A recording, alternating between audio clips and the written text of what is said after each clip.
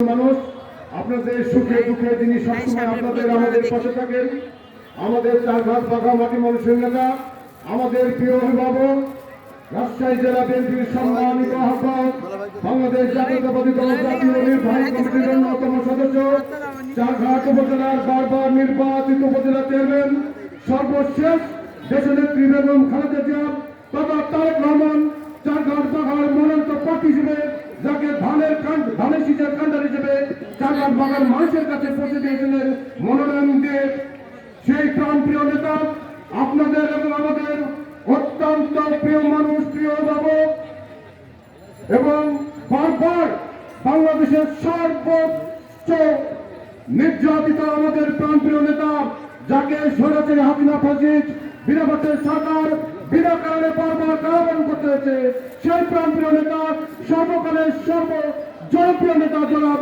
আবু সাইদ খান ভাই আজকের অনুষ্ঠানে বক্তব্য রাখবেন।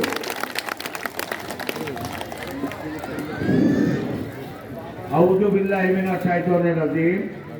বিসমিল্লাহির রহমানির রহিম। বীরগঞ্জ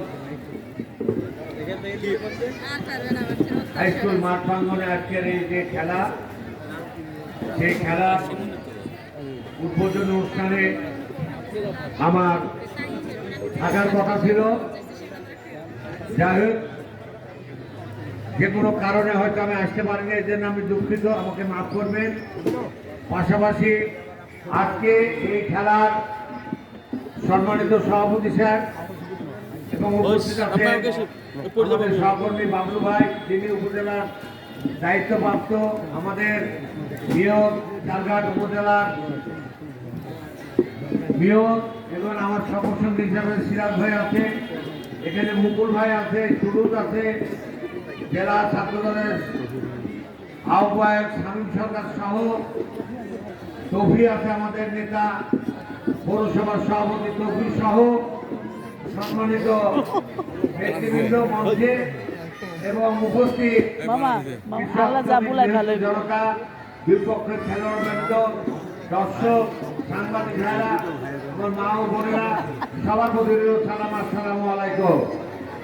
15 বছর পর আমরা 15 আগস্টের পর আমরা এই দেশে এই খেলাধুলার আয়োজন দেখতে পাচ্ছি সারা বিশ্বে, সারা বাংলাদেশে।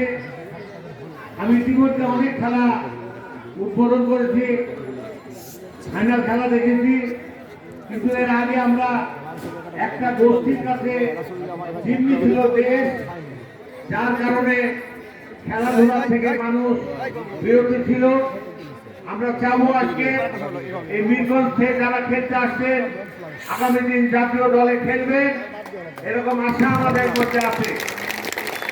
আমরা যদিও ক্রিকেটে অনেক আগায় গেছি, কিন্তু ফুটবলের ক্রিকেটে এখনো আমরা বাংলাদেশের পতাকা, লাল সমুদ্রের পতাকা সারা বিশ্বের মানুষ দেখে, কিন্তু ফুটবল আমরা এখনো বিশ্বকাপে উন্নতি হতে পারিনি, বিশ্বকাপে খেলার যোগ্যতা অর্জন করতে পারে নাই। তাই ফুটবল অনেক পিছিয়ে আছে। আগামী দিন আমাদের এই চারঘাট উপজেলা এবং বাঘা উপজেলা থেকে যাতে জাতীয় পর্যায়ে খেলার সৃষ্টি হয়, জাতীয় পর্যায়ে খেলার ফুটবলে যাতে থাকে। আপনারা জানেন এর আগেও আগামীতে আমাদের বিভিন্ন জাতীয় টিমে খেলত এবং জাতীয় দলে যারা ছিল, আমরা আশা করব এই খেলাধুলার মাধ্যমে আগামী দিন আমরা জাতীয় পর্যায়ে খেলার সুযোগ পাব এবং এই খেলার সুযোগ পাওয়ার জন্য যদি আল্লাহর রহমতে আগামী দিন বাংলাদেশ জাতীয়তাবাদী দল ক্ষমতা আসে, অবশ্যই আপনাদের জন্য আমার আপ্রাণ চেষ্টা থাকবে। ভাইরা আমার, আমি একটা কথা বলতে চাই, নতুন বাংলাদেশ করার কথা তারেক রহমান মাথা রাখছে 22 সালে এবং 15 আগস্টের পর এটাকে জোর দেওয়া হয়েছে। বাংলাদেশ, নতুন বাংলাদেশ তারেক রহমান সাহেব করতে চায় এবং এই বাংলাদেশ করতে গেলে 31 দফা এ পর্যন্ত তিনি ঘোষণা করেছেন এবং এই 31 দফার মাধ্যমে আগামী দিন রেশন সিস্টেম কার্ড আমার মা বোনদের জন্য এবং যারা বেকার সমস্যার বেকার, যারা অসহায় মানুষ তাদের সমস্ত জন্য ওই 100, 200, 500 ইউনিয়ন পরিষদে যেতে হবে না, বাড়িতে যাদের রেশন পর্যায়ে সেই 31 দফার মধ্যে আছে। চিকিৎসার ব্যবস্থা আছে, বেকার সমস্যা, ছেলে মেয়ে বিএ পাস MA পাস করে বেকার থাকে তাদের 1.5 বছর পর্যন্ত সম্মানী ভাতা দেওয়ার, বেকার ভাতা দেওয়ার ব্যবস্থা করা হয়েছে।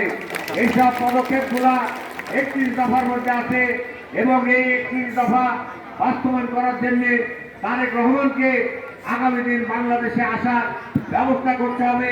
বর্তমান সরকারের কাছে আবেদন করছি, নিবেদন করছি, বলছি তারেক রহমানের বিরুদ্ধে যেসব হুলিয়া মামলা, মিথ্যা মামলা, এগুলা প্রত্যাহার করে তারেক রহমানকে দেশে আনেন।